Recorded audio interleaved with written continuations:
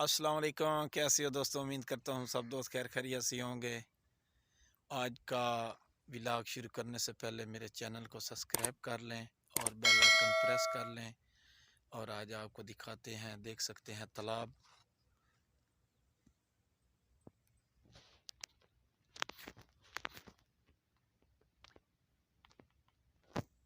आज हम मछलियाँ पकड़ने आए हैं, आपको आज दिखाते हैं।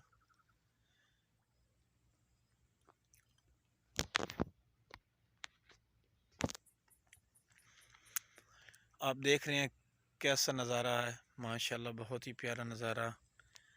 और आज पानी में भी बादल देख सकते हैं, माशाल्लाह बहुत ही प्यारा नज़ारा। और आज बादल बने हुए हैं, ये दरख्त देख सकते हैं। और ये सोलर पैनल देख सकते हैं कैसे लग रहे हैं। और ये मच्छियाँ खुराक खा रही हैं, देख सकते हैं माशाल्लाह बहुत ही प्यारा सीन। और ये बैक साइड पे आप देख सकते हैं दरख्त, ये हरनोली का दरख्त है।